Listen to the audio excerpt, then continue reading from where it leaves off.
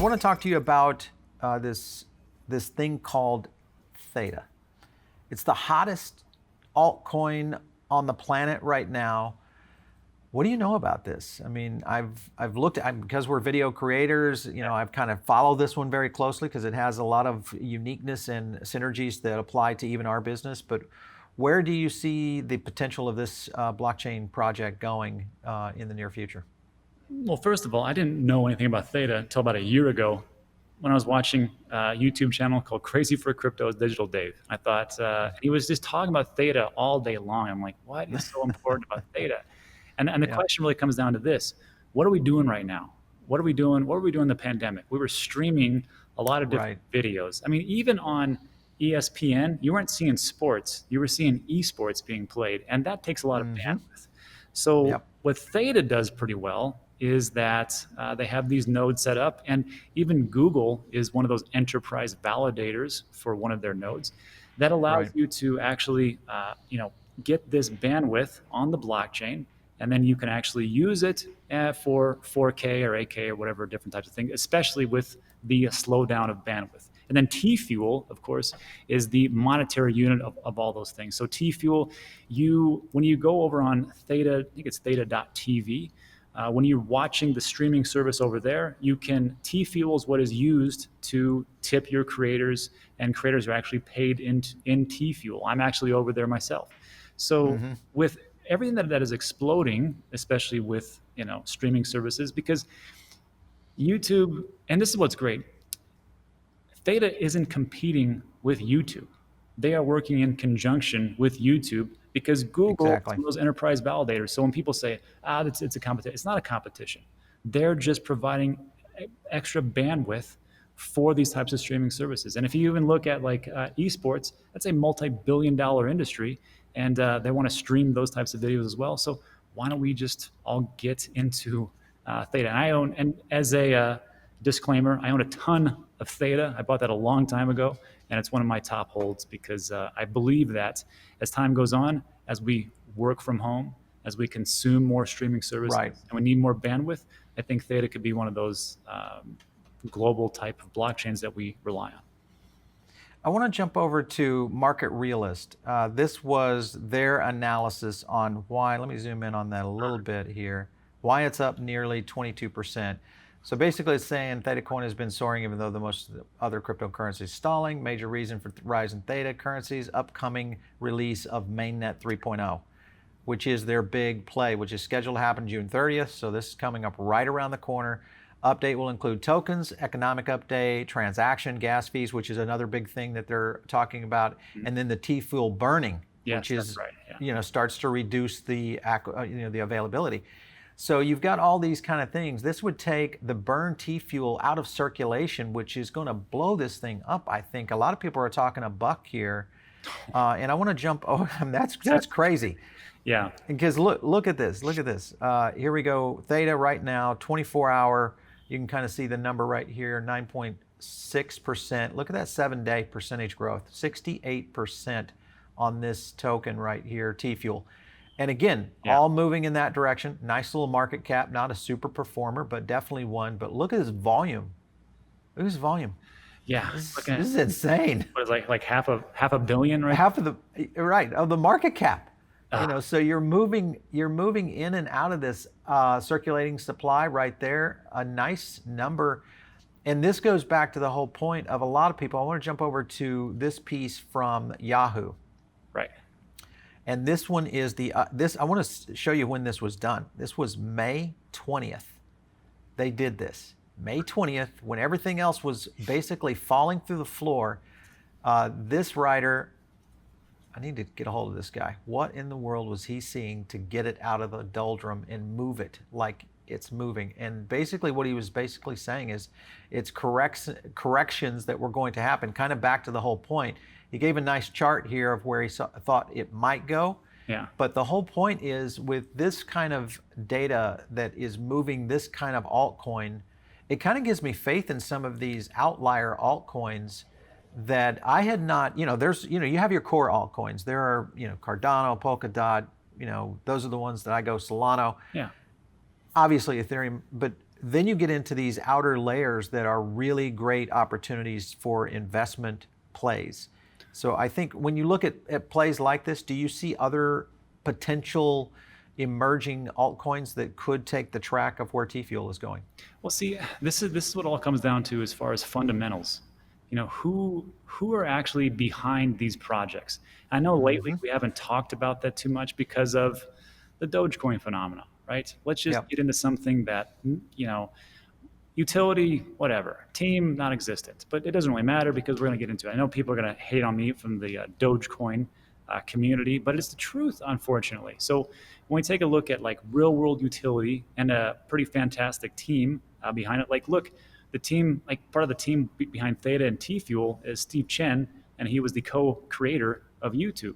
So if we're taking a look at the kind of team and the advisors and people that they're building around it, I mean, why couldn't we see that majorly? But yeah, I think it's to burn TFUEL, to bring that the actual total circulating supply down. I think it's a winner of a deal. And of course, people are going to want to get into that on top of the fact that you can also stake your Theta and you can also stake your TFUEL for even more, for more of the same.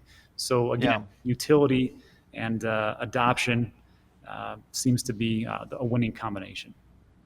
Well, and yeah, one of the co-founders, Mitch Liu, he has been in gaming, VR, all of these kinds of online streaming tool sets. So I mean, this particular founder group really gets it in terms of where they're going with the blockchain tech, what this potentially could mean to a lot of people. And I think that's where a lot of people don't, even if you just go to Coin Marketplace, listen, go to CoinMarketCap and go into the about these tokens, because there's a great education there for you if you're a new investor or maybe you're even been in crypto for a while and you just need to go into some of these tokens and understand what is happening.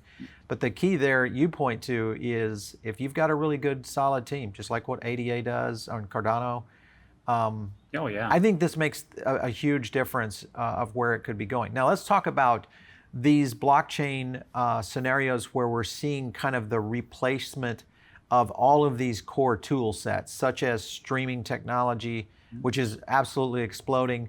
Because where do you think Theta and TFUEL could plug into that in the future? So I just see that if we're going to be streaming all these different services, and then like I talked about, just talking about being able to stream work from home type of prospects. I mean, if you're going to need bandwidth, because bandwidth becomes quite pricey, right? And the problem with me also is that I also only see it from my point of view, but I forget that there's a lot of people outside of North America that are in countries in South America.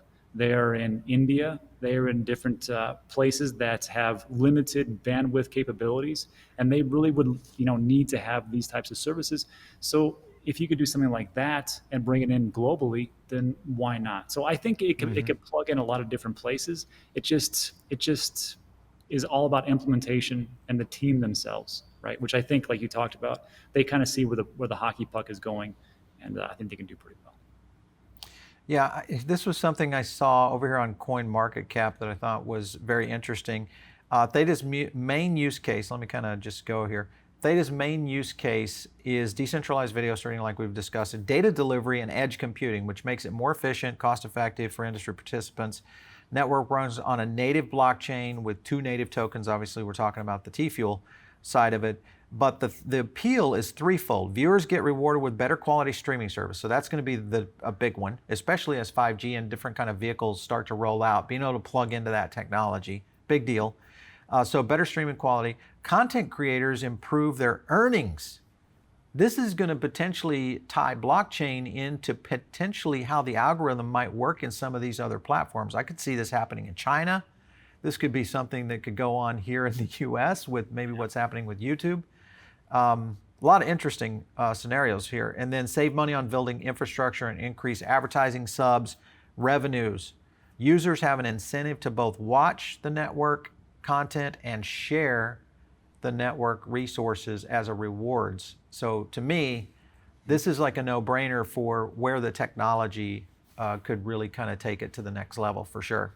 Yeah, and like we talked about before the video started about different service centers and warehouses, if you want to actually have a service center, a physical service center with tons of servers so you can run that bandwidth through, just like what Google has to do and YouTube throughout the entire world, that's super expensive to do, right? What if Right. you can cut your costs down, you know, to 5%, 10% of the total cost just by using this blockchain technology? Well, that's a Right. winner for everybody, right? And not only Yeah. that, the people that are doing these things in staking, they also get paid in Theta and TFUEL. So I will take that all day long. And then on top of that, like we had talked about, I mean, when I started my Theta channel, I think I had, well, I mean, I think the first month I had 30 subscribers. Like, that's pretty awesome. And then it just kind of builds from there. But over time, I remember just getting a ton of different TFUEL, and I didn't really even think about it. And then, like, now I've got, gosh, I mean, thousands, tens of thousands. And I didn't even, you know, it just kind of just sits there. So you're like, what happened? Which is, I think, a parallel to being an investor. Sometimes you just kind of Right. just put a little money in, don't even think about it, and then all of a sudden you're like, hey, look at where I'm at now. Yeah. I want to jump to my last chart here because I know you all are trying to say, well, all right, Paul, that's great. Theta's trading at right now, hovering in around 67 cents right here. Can it go to $1? So what we did was we looked at analysis and amplification. So we compare two things. One thing that we look at here on TechPath is we've been tracking sentiment data for quite some time on a tool set that we actually use for other industries. But one thing that we've applied over the years is this thing called amplification. So the way it works is it takes a look at where the sentiment tracking is going. It looks at the volume index of the amount of material coming in from social, typically. So it's basically, it's much like what Trade the Chain looks at in terms of tweet volume, okay? Very similarity. And then you look at what the potential is for each one of those individual communication points. So if a tweet gets retweeted 10 times, it has an amplification score of X. If a tweet gets, hearted 100 times, it has another amplification score. So you look at all these. The AMP score back in February, which was where sentiment was tracking around 40.12, right in this zone during this little rise, was 41.2. Amplification was kind of low, 39.88. Right here during this, what I thought was a very unstable period, sentiment was holding at 51.99, but amplification jumped to 51.04. It rode through, sentiment held 58, and amplification was 54, so up from 51, and then boom, that's when it happened, right here. So this amplification rise that we have been seeing starting to roll through this tide is really a hot track right now. And look where the amplification is right now, 73.61 off of the 54. So it's the biggest leap that it's had, and it's happening right now. So the big question is, can TFUEL make it to $1? I'm feeling like this is one of those coins that may be the summer barn burner for the altcoins of where it's going, especially with the amplification. And because it's so tied into the content creation and content creators, that potentially could really feel the effect of where this blockchain tech could go. What are your thoughts on that? Well, I mean, that and the fact that, the like you talked about, the mainnet 3.0 launch and then burning all the TFUEL tokens. I mean, just right there, just right there. Just those two things. Yeah. Right.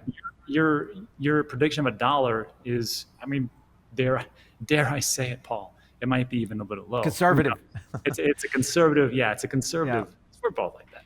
But I mean, that's interesting. I haven't seen that before. The amplification that you talked about. Yeah. Well, application TA. That's a pretty good.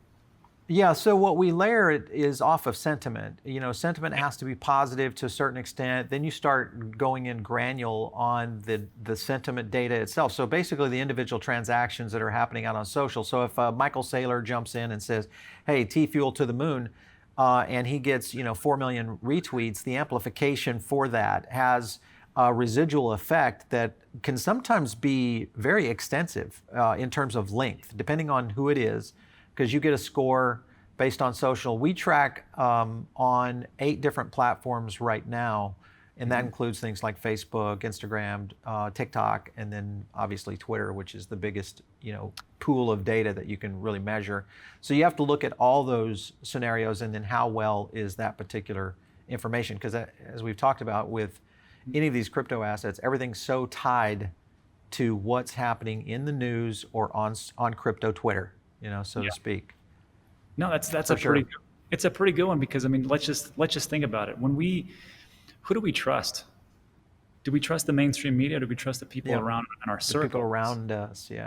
Yeah. Yeah. So if someone's gonna retweet or share some kind of story and then put a little blur on it, I'd probably be a little more inclined to do that as opposed to just looking at an ad and then it says sponsored at the very bottom. Like, I don't Mhm. like about this. So yeah, I can see that. So you guys have delved into that territory for amplification. Interesting. That is interesting. Hey, Rob, anything new on your channel? What's happening over there? What we're doing recently, what we've been doing is, well, we split into two channels. Digital asset news, which is the basic news, what's going on, just to keep everybody up to Right. date, and then just to break down some information. And then we also have Dan Clips, which started out with just clips, but now we're transitioning over into talking about more of the advanced properties of digital assets and cryptocurrency, and also different projects that are on the up and coming. So right now we're doing a series of the Cardano ecosystem, because with Cardano launching their smart contracts officially in August, we want to see who is building on Cardano and what kind of big opportunities are out there. And the ones Oh, that we nice. yeah, the ones that we've interviewed so far, and I think this is going to be my number one coming up. It's called World Mobile Token. And WMT, the CEO is Mickey Watkins, and they've got a bunch of different people, fantastic team, and most of them have 15 plus years in the telecommunications industry and blockchain. They have a lot of different CTOs and stuff for that. But what they're trying to do is they're trying to build that last mile. And what that is for telecommunication service, cell service, and internet to the 4 billion people out there that are underserved, unbanked, and really can't get that, such as places in like sub-Saharan Africa. And that is being built on Cardano. And the reason why is because Cardano has that same mission, because they've been over there talking to the Ethiopian government and different governments in Africa. So they're doing something, I think it's revolutionary. It's two different sides of it. They're going to build infrastructure. They're going to use the blockchain for monetization. So they're Yeah. going to take this. So to actually get the cell service, they're going to give people in these villages, these places, these pods, and then also for these solar panels, and it's going to make a mesh network so they Mesh can network. have Yeah. this telecommunications and build it out. And on top of that, the blockchain comes in with their World Mobile Token, and they're able to do digital ID, just like what Cardano is doing, to do healthcare, to do infrastructure, to do finances, and all those things. So that's a very long explanation for the first one. And then the other ones that we've done is Charlie, which is the Oracle on Cardano. We've also done the Right. Indigo Protocol, which is synthetic assets. And then tomorrow we're going to be talking to CardStarter, which is the launch pad for these Cardano projects. So when people talk about Cardano and no one's really building on it, it's happening. And I think it's going What's to the be, name of that channel? Dan Clips, DAN, or Digital Asset News Clips. And Okay. if you just search for that, you'll find it. Just me and my big head, and you'll see me right there.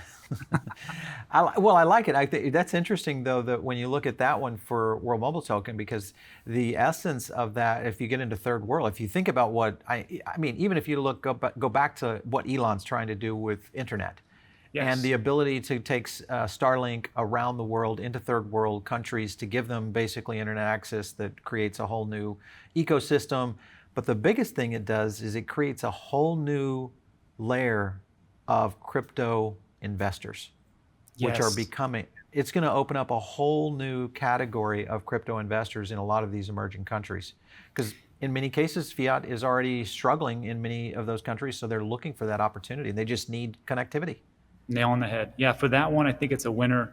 You can do good and you can do well. Alex Mashinsky always talks about that. This is one of those projects. Yeah. Also, it's a billion-dollar industry, and it's where I think the hockey puck is going. So Wow. I can see this being pretty good. And then also, they've already done it. They already have a Yeah. working product. And you can see it on the video that I did with Mickey. They already went into a couple of villages. They've already set it all up. It's actually working right now. The only thing they're missing is that World Mobile Token, the token generation event, which is what they call it, hasn't even started yet, which will be happening soon. So this is like the opportunity to get Gotta on watch the that ground one. floor of the ground floor. Yeah. I like it. I like it. Well, as always, it's great having you on the show. Rob, you always drop some bombs on us, which is great. If you guys have not tuned into Digital Asset News, you definitely have to. Rob does a great job over there, and thanks for tuning in today. We appreciate it. Thanks, Paul. Hey, Paul, you got to come on the show. You got to do some live streams so people can ask you questions. Anytime, man. Anytime. All right. So if you guys are if you guys are listening in over on the podcast, make sure and give us some stars. That's another way that we get your feedback. You can give us a note. Also, if you have an idea for a show, maybe you have someone that you'd like to have on the show, or you'd like us to analyze something a little deeper, just send us a note to producer@reverendnetworks.com, and you can always hit me up on Twitter @PaulBaron. We'll catch you next time right here on TechPath.